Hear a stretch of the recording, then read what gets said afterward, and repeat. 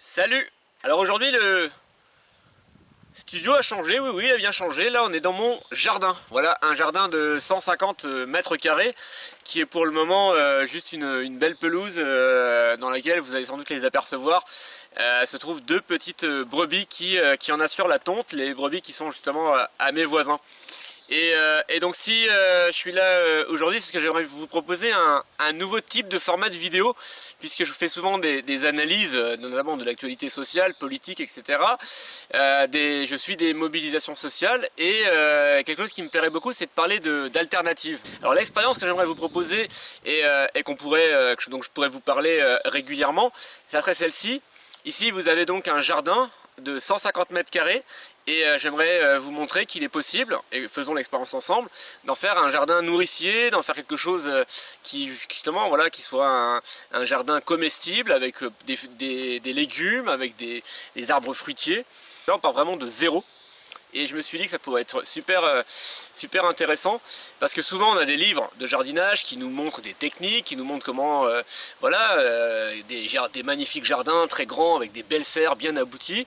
Et rarement on part de zéro, même si on essaye de nous décortiquer dans le livre les recettes de ce qui fonctionne, de ce qui fonctionne, ça n'a pas fonctionné, etc. De nous dire ça a marché parce que j'ai fait ci, j'ai fait ça, etc. Mais là, je vous propose de partir de zéro, que je vous montre des petites choses, des petites techniques, et qu'on avance étape par étape, quoi. C'est pas en jardinant qu'on va changer le monde, j'en ai bien conscience.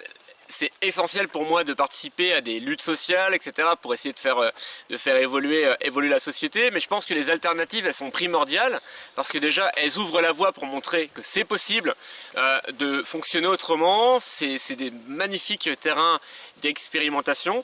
Et puis, franchement, honnêtement, ça fait du bien pour soi-même. Les alternatives, jardiner par exemple, on le fait pour soi. Et là, j'aimerais vraiment vous montrer pas à pas que c'est possible de se faire plaisir et surtout d'être en cohérence avec ses valeurs. Vivons en cohérence avec nos valeurs le plus possible. C'est énormément une source de satisfaction. Donc si ça vous dit de participer à cette aventure, et ce que je vous propose, c'est que régulièrement je vienne vous conter un petit peu, vous raconter là où j'en suis, comment ça avance, vous montrer comment ça avance, ce que j'ai mis en place. Alors maintenant c'est parti, on va aller visiter ce jardin de 150 mètres carrés situé en centre Finistère. Allez, visitez avec moi.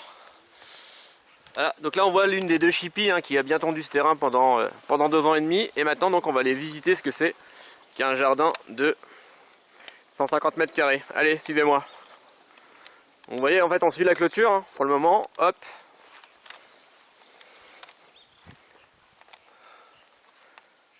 Voilà, donc là vous voyez jusqu'aux clôtures. Là c'est l'espace dont je dispose.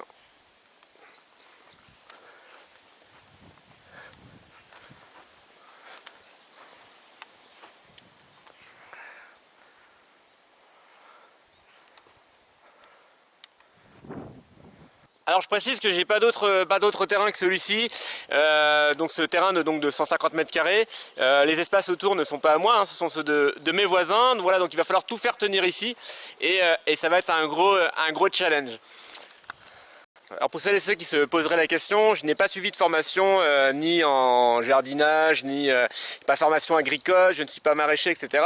Je peux juste vous dire que j'ai une expérience de 6 années de jardinage, puisque là où j'étais avant, j'avais un espace beaucoup plus grand, un espace de 700 mètres carrés, sur lequel une bonne partie était dédiée au jardinage, voilà, jardinage on va dire familial, avec notamment une serre d'une vingtaine de mètres carrés. Voilà.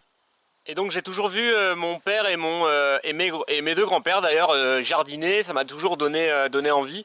Et voilà, et c'est pour ça qu'un jour quand j'ai eu l'occasion d'avoir mon premier jardin, et bien du coup pendant 6 ans j'ai tenté des expériences. Je me suis aussi lu un petit peu certains livres dont j'espère que je vous parlerai au cours de ces chroniques vidéo, et j'ai beaucoup expérimenté. Voilà, donc on va continuer ici. Et la première étape, je crois, ça va vraiment être de concevoir le jardin, d'imaginer l'espace, de voir comment est-ce qu'on va pouvoir mettre une partie légumes, pourquoi pas des petits arbres fruitiers, de voir comment on va pouvoir gérer la ressource en eau. Voilà, il y a plein de choses à intégrer ici.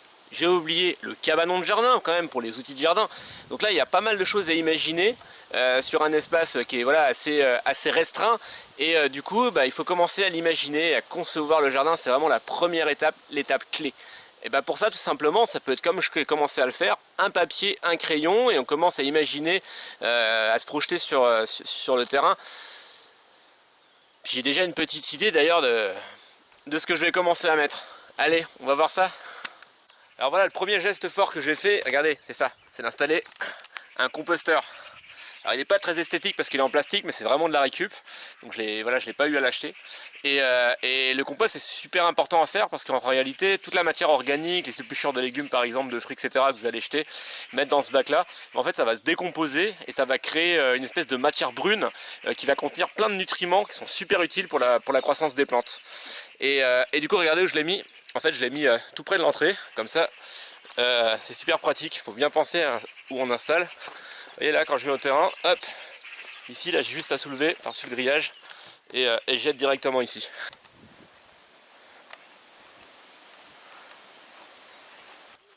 Alors du coup on va se livrer à une première expérience pour essayer de connaître la nature de notre sol parce que c'est vraiment quelque chose de fondamental. Vous savez peut-être un sol est composé de différents éléments, vous avez du sable mais vous avez aussi du limon, vous savez cette espèce de matière qu'on trouve notamment au fond des fossés ou au fond des étangs qui est composé d'une espèce de mélange de particules de terre et de déchets organiques.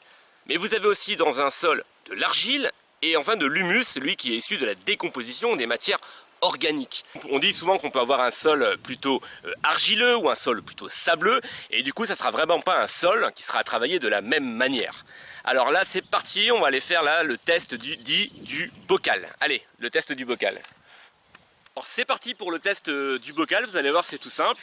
Donc j'ai prélevé de la terre de mon jardin, j'ai rempli ce pot en verre à la moitié et du coup là je vais ajouter la même proportion d'eau.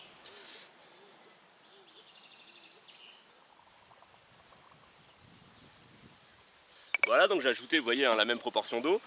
Je remets le couvercle et donc je vais mélanger vigoureusement. Allez, c'est parti, on mélange vigoureusement. Et donc là, le principe, c'est tout simple, c'est qu'on va laisser ça décanter pendant 4 jours. Et dans 4 jours, on revient et on verra le résultat. Alors du coup, en attendant le résultat du test du bocal, eh bien j'ai commencé à vérifier la faisabilité de mon plan ici sur le terrain. Donc j'ai commencé, comme vous pouvez peut-être l'apercevoir, à mettre quelques piquets pour commencer à tracer mes zones, délimiter mes espaces. Je sais par exemple que tout là-bas là se situera le cabanon de jardin, et puis j'ai commencé à voir où je pourrais placer la zone maraîchère.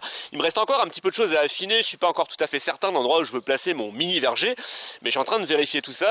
Et dans ma prochaine chronique vidéo dédiée au jardinage, eh ben je vous présenterai tout ça. Je vous présenterai aussi la surface que je vais dédier précisément à la culture de légumes. Et pour ça, je m'inspire beaucoup d'un jardinier urbain normand qui lui a un jardin exactement de la même taille qu'ici, 150 mètres carrés, et qui, tenez-vous bien, arrive à produire par an 300 kilos de fruits et de légumes. Voilà, 300 kg de fruits et légumes par an, donc je trouve ça vraiment incroyable et je vous en parlerai très bientôt. Et puis normalement, je devrais déjà avoir commencé à bêcher la terre et puis à mettre mes premiers plants en terre. Voilà, cette première chronique vidéo potagère est terminée. N'hésitez pas à me faire vos retours pour me dire si ce nouveau format de vidéo vous plaît, puisque c'est un format que j'aimerais bien faire en plus de ce que je faisais déjà habituellement. Et du coup, si vous avez aimé cette vidéo, eh bien n'hésitez pas à la partager. Et puis comme toujours, si ce n'est pas déjà fait, je vous invite à vous abonner à la chaîne YouTube de l'Actu qui chauffe. Et puis vous pouvez aussi soutenir mon travail via la plateforme de financement participatif Tipeee. Allez, merci et à bientôt. Salut!